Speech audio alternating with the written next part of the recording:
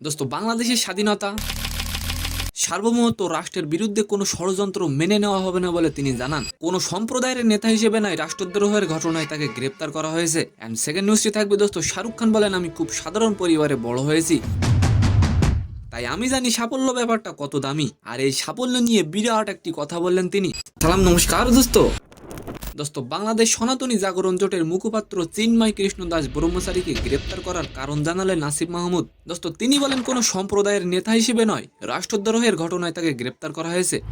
আপনি কি চান ইসকনকে নিষিদ্ধ করা হোক? অবশ্যই কমেন্ট করে যাবেন। মঙ্গলবার 26শে নভেম্বর সকালে রংপুর সাংবাদিকদের আসিফ মাহমুদ বলেন, বাংলাদেশের স্বাধীনতা সার্বভৌমত্ব রাষ্ট্রের বিরুদ্ধে কোনো ষড়যন্ত্র মেনে নেওয়া হবে না। কেউ যদি রাষ্ট্রদ্রোহের মতো ঘটনায় যুক্ত থাকে তাকে কোনো প্রকার ছাড় দেওয়া হবে না। উপদেষ্টা নাহিদ ইসলাম বলেন, সাম্প্রদায়িক বিভাজন তৈরি ও সম্প্রতি নষ্ট করার পরিকল্পনা ছিল চিন্ময় দাসের। তিনি আরো বলেন, অন্তর্বর্তীকালীন সরকার শুরু থেকেই সংখ্যালঘুদের দাবি দেওয়া আন্তরিকভাবে বিবেচনা করেছে, কিন্তু চিন্ময় দাস বিভিন্ন সভা সমাবেশে মিথ্যা ও উস্কানিমূলক বক্তব্য দিয়ে সাম্প্রদায়িক বিভাজন তৈরি করার চেষ্টা করে যাচ্ছিল, আর এই কারণেই তাকে গ্রেপ্তার করা হয়েছে। সেকেন্ড নিউজটি হলো, বলিউড কিং খান শাহরুখের এক ঝলক পাওয়ার জন্য হন্য হয়ে থাকে তার কোটি কোটি ভক্তরা, অথচ সেই শাহরুখই বলে উঠলেন জনপ্রিয়তা নাকি তার প্রাপ্য নয়।